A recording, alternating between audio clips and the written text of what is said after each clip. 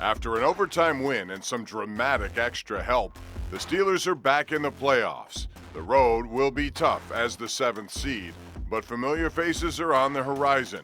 And after an embarrassment in late December, they are ready for a second shot against the Kansas City Chiefs. We look ahead to the postseason with some former Steelers stars coming up next.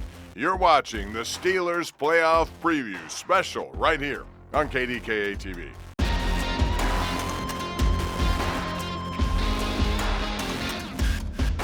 The Steelers Playoff Preview Special is presented by FedEx and Ford. They put their trust in Chris Boswell. 36-yard attempt. Harbin will hold it, sweeps the leg, and that is a winner for Pittsburgh. Snap good, hold good, and Raiders in, Chargers out, Steelers in. Oh my, a crazy ending to a regular season, and despite the small odds, your Pittsburgh Steelers are back in the playoffs once again. Hello again, everyone. Welcome to our studio. I'm Bob Pompeani, and welcome to the Steelers Playoff Special ahead of Super Wildcard Weekend. And we have a packed show tonight, including some very special guests. Let's take a look at who's joining us here in the studio. Tonight, of course, we have our quarterback of the program, Charlie Batch, is in the house, along with Super Bowl champions, linebacker James Farrior and cornerback Bryant McFadden, who does a great job analyzing football. Gentlemen, great to have you along here tonight as we analyze this matchup. Let's take a look at the wild weekend on the way, starting tomorrow. The Raiders are going to take on the Bengals, and then the Patriots face the Bills in the nightcap. Sunday, the Eagles play the Buccaneers, and then the 49ers and the Cowboys. And what a game that shall be here on KDKA. And Sunday finishes up, of course, with Steelers and Chiefs. An added bonus is something new, a Monday night playoff game, the Cardinals and the Rams. As we saw in the Open, Week 18 was a crazy finish around the NFL. You couldn't have scripted it. Rich Walsh was in Baltimore for the overtime win over the Ravens, and he takes a look back with the latest edition of Steelers Monday. Ben won't be back here, but he made a lasting impression. My dad actually texted me last night and asked how I was doing. I said, fine. It didn't feel, for whatever reason, it didn't feel like, okay, this is it. He made an impression, but it wasn't a pretty one at first. He waits and throws it long down the field. The pass will be intercepted at the 25-yard line. An ugly game in Baltimore. Going to float a pass down the field, and it will be a diving interception. That is Terrell Edmonds. And T.J. Watt was a reason for the Ravens' ugliness. Oh, low snap. It's at his feet. He falls on it, gets back up, and it's out again. And the Steelers apparently have it. The Steelers pounced on it. Watt was also a reason for Steelers fans to make the trip to Baltimore. Big rush. He's hit. T.J. Watt has the sack back at the 5-yard line. Number 90 tied the NFL sack record late in the second quarter. I don't know if any of it's really hit me. It's not just myself. There's so many great players and coaches and schemes, a lot of selfless guys in that locker room that allow me to make plays. So it's not, that record isn't just mine. While Watt was setting new records, the Steelers' sights were set on the postseason, and Ben was going to lead the way. Ben gets the snap. He's back. He pumps. Throws it to touchdown. And that is Chase Claypool cutting inside a defender. Ben put this team on his back for the last time in Baltimore. You know, it's special. I mean, anytime you can come to this place and get a win, people always ask me, where's my least favorite place to play? And it's always Baltimore. It's a compliment, you know, to this place and how hard it is to play here. So it's pretty special to get the win. Number 7 went out a winner at home and did the same thing on the road. He fires a pass, and it's pulled in. And that is Bryant with a big first down in front of the Steelers bench across the way. Can we say big play? It's huge. It's 4th down and 8. Ben gets the snap. He's back. He waits. He fires a pass. It's caught first down at the 31 by Ray McCall. The young guys came through for the old gunslinger. The growth and development of these young guys throughout this journey, and I'm just appreciative of that. Young guys plus a veteran kicker. The ball is down. The kick is on its way. That kick is up. That kick is good. and the Pittsburgh Steelers have defeated the Baltimore Ravens, and the Steelers are headed for playoff land. And the Steelers' slim playoff chance turned into a real chance. If you get us into the dance, anything can happen, and that's kind of where we're at right now. I think it shows something about this team, though, that you can continue to fight and never give up. What a night it was. All right, Rich, thank you very much. Looking into the rivalry, the games recently have been all low scoring, and the Steelers have garnered tough wins in this one. 4 straight victories over the Ravens over the last 2 seasons, including the overtime thriller last week. Well, you know, there is no doubt, Steelers Nation, they were pumped following the win and the Raiders' overtime clincher later in the evening. And our friends over at Steelers TV decided to show us some of the best reactions from the fans that they got over the weekend.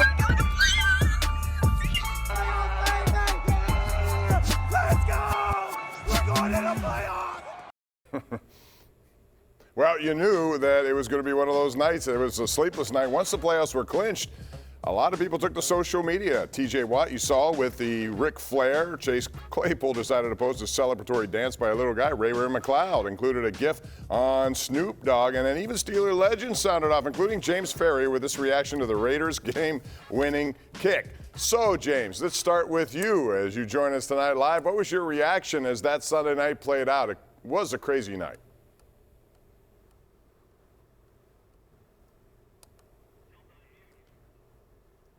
Unmute yourself there, James, if you don't mind. Sorry about that. That's okay.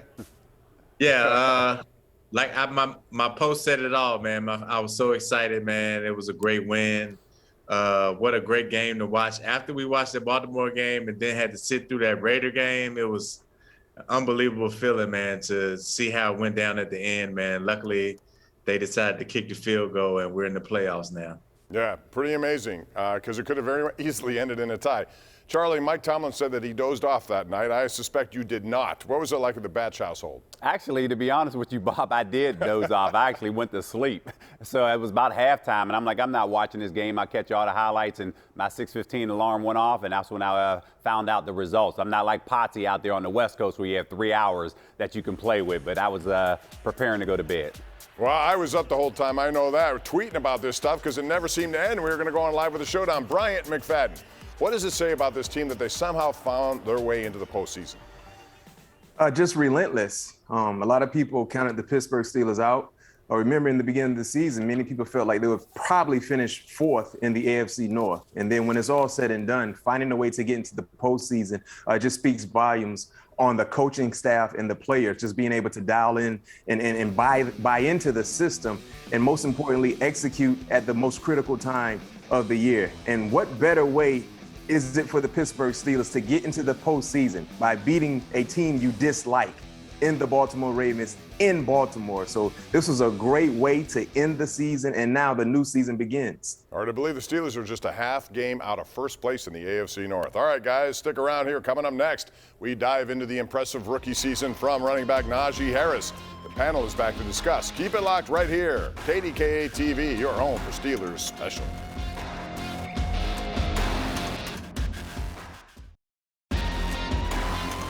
Welcome back to the Steelers Playoff Preview Special, presented by FedEx and Ford. Welcome back, everyone. The Steelers Playoff Preview Special here on KDKA. The Steelers were back to work over on the South Side in preparation to take on a familiar foe in the wild card round of the playoffs. Rich Walsh has more on their feelings heading back to Kansas City. The Steelers are huge underdogs in Kansas City, the biggest underdogs this wild card weekend. And these players know what's being said outside about their chances in KC, but they're not buying into it. It's what's inside that counts, the players. They were smashed a few weeks ago in Kansas City. Those were Tomlin's words. But a couple tweaks and a few changes, and they think this time around it could swing the other way. That's what they're expecting. They don't expect us to come back with a better plan, you know. So I like being in this situation because once we win, don't try to hop back on the bandwagon now because remember all that stuff you saying now. So I'm not, I'm just going to leave it at that. You know, we really didn't know if we were going to have a chance in the dance. And once you get in, everybody's on an equal playing field. It doesn't really matter what seed you are, how you got in. It's 3 games to the Super Bowl, and 4 games, you're a Super Bowl champ. Maybe people didn't picture us making the playoffs from the outside looking in, but we always had a sense of belief within the locker room. That was very important and integral for us to be here where we're at today. So we're just going to keep believing in each other, loving each other, and playing for each other, and good things will happen. Probably aren't supposed to be here. We're probably not a very good football team. Out of 14 teams I think are in, we're probably number 14.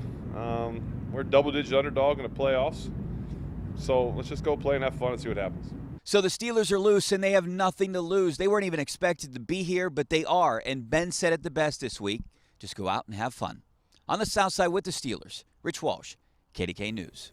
All right, Rich, thanks. And one of the biggest bright spots in the 2021 Steelers season was the addition of rookie running back Najee Harris, who is ready for work each and every week, and he carried a big part of the load. He propelled himself into Rookie of the Year conversations with his efforts on the field throughout this season. Even with an inexperienced offensive line, Harris took advantage of his opportunities and made a big difference, setting himself up for major success in years to come. Take a look at the 84 Lumber Building for the future stats on Najee this season. He ranked first in the NFL in touches, second in rushing attempts, third in first downs, fourth in rushing over the entire season. And what's most impressive, he did all of this without fumbling the football, not once, all season long. So, Charlie, of all of these numbers, what impresses you the most about Najee Harris? Well, for me, it's the 1,200 yards that he picked up in the running game because the inexperienced offensive line, like you mentioned there, and the challenges there, and they've been at the bottom of the league rushing. But for him to be able to do that and accomplish that, man, it's truly impressive, especially when he missed half of the Baltimore game. And that 1,200 yards could have been even more if he didn't miss that half of the game. No question about it. Bryant, what have you seen out of Najee this year, and do you think he improved as the year went on, which is kind of unusual for rookies, especially carrying that much of the load? Well, Bob, for me, when I look at Najee, the first thing that sticks out to me is a player that loves the game of football. He loves the game of football. It's not just about game day for him. This is a guy that loves practice, loves watching tape. So he just loves everything about the game of football. And I'm not surprised to see that transition into success on the football field. And then when you look at the on the field production, Charlie talked about the 1,200 yards. I love his ability to be a sound, reliable blocker for Big Ben, because most rookie quarterbacks struggle with that element of the game, blocking, pass pro. Those are things that most collegiate running backs don't do on Saturdays, but seeing how well he's been able to pick up that side of things and be a reliable guy in pass pro has been a huge plus for his development as an all-around back. All very important stuff, no doubt. Let's switch sides of the ball now and talk about something that James is very familiar about, and that's linebacker play. All right, Potsy, what do you think about TJ Watt's play this season? Right now, is he one of the best to ever don a black and gold uniform when it comes to pass rushers? Again, mute yourself. Unmute yourself, James. Yeah, I got helicopters flying around here, man. We like the ambient noise, no problem. Yeah, TJ, man, he's definitely one of the top 3 players on defense in the NFL. And, you know, when he's in the game, you definitely feel like you have a chance. He's a guy that can change the game at any point, at any time. And he's one of those players that's very special, and he's always around the ball. He's always making plays. He kind of reminds me of Troy a little bit, and his playmaking abilities. And he's a game wrecker, and whenever you have him on defense, you have a chance. Spoken like a true linebacker. I love that. Charlie, when Watt plays, the Steelers seem to win. How important is he going to be? Is he the most important player on the field for the Steelers on Sunday? Yeah, I mean, he brings that energy, and a lot of guys on that defensive side of the ball, they feed off of him and what he's bringing to the equation. I love what he's doing, but also that's elevating play of Alex Highsmith on the other side, knowing that he has to do his job to keep the pressure off of TJ Watt. So it's very important for him to continue to go out there, and do what he's doing right now, but I love the evolution of how he evolved as one of the leaders on that defense. And that defensive backfield really needs a pass rush, and they're going to get it, hopefully, from the Steelers this week. All right, coming up next, we're going to take a trip down memory lane. That's right. These guys have kind of been in this position before. You might remember them in a similar situation back in the playoffs in 2005. We're going to be back with that right here on KDKA TV.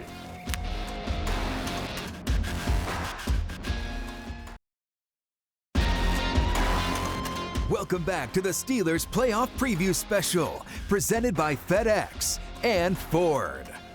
As they do every year in the playoffs, the Steelers' social media department has asked people to send in some here we go pictures. This year, a few notables have chimed in, like former Steeler Hall of Famer Alan Faneca. Even the big snack, Casey Hampton, sent one in, and celebrities are all in as well. Here's a slim-looking Billy Gardell and also Pittsburgh native Jeff Goldblum, all taking part. At this time of the year, everything is heightened, as you know, including the emotions on the field, and that was certainly the case for one of today's panelists after a big playoff win in Cincinnati in 2005. The dude, who's Mijata, he shined his shoe without terrible toe. Remember that, didn't it? Do you remember that? They showed us that last night. Who they? I don't know. Who they not going to the second round? How about that? Hey, who don't disrespect us like that, man? Hey, tell them where you from. I'm from the bottom. Where the bottom at? South. But we going north next week. B-Mac kicking off his broadcasting career with that. That team was never shy about speaking its mind. What do you remember about that, Bryant? Oh, man, I just remember the energy being so high. For me, being a rookie playing my first playoff game on the road against our arch rival in the Cincinnati Bengals, and you just hit on it. You remember the last time we played Cincinnati in 2005, they beat us in Heinz Field. They had a lot of trash talking to say to us, and being able to get some get back in the way we did was unbelievable. And that was just a storied-filled year for me as a rookie, being able to ride off in the sunset and win Super Bowl 40. I thought every year I was supposed to get to the Super Bowl because I didn't know anything else coming in as a rookie and being able to accomplish that achievement.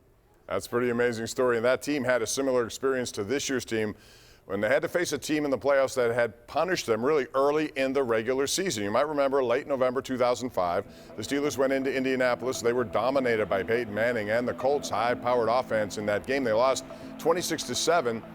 That was the second loss in a mid-season 3-game losing streak. So, Charlie Batch, what was the mindset of your team going back into Indianapolis and pulling off that big win? Yeah, I just remember the regular season game and the highlights that you showed there. Literally, at the end of that game, we didn't play our best game, but I remember Coach Cowher at that time, he says, listen, guys, we didn't play our best ball, but take a look at this moment right here because we're going to have to come back up here in Indianapolis and face them a second time. And that was it right there, and the confidence was just there as we went through that playoff run and ultimately going back up there in January and defeating them in that second round. You saw James Farrior with a sack there of Peyton Manning. So, James, defensively, did you guys make any changes to better stop the Colts the second time around? Yes, we did. Dick LeBeau came up with a masterful game plan. I think we learned a lot from that first game, and we took everything we learned from the first game and applied it to the second game. And Coach LeBeau, I got to give him a lot of credit, man, for what he put together for us, and all we had to do was execute, and we did a pretty good job of executing and came out with that win. And then all of a sudden the momentum kept going and going. So, James, we already saw your teammates' post-game reaction from 2005, but they weren't alone. Check out this one. We wanted to get y'all a great game. It's over with now. Make it worthwhile for you to watch. Because I know y'all turned y'all TV. Y'all had to turn it back, and we took Pittsburgh, baby. You weren't shy either, were you, James? Oh, no, yeah. You know, we love when people talk a lot of trash, and we like to just let the game play out and see how it goes. So we definitely like to get the last laugh. Yeah, so mild-mannered here, and all of a sudden on the field, turn it up and turn it on. Thank you, guys. Great memories to look back on this time of the season. When we come back, we're going to wrap things up. Steelers playoff preview and a thought about the game on Sunday night, all next right here on KDKA.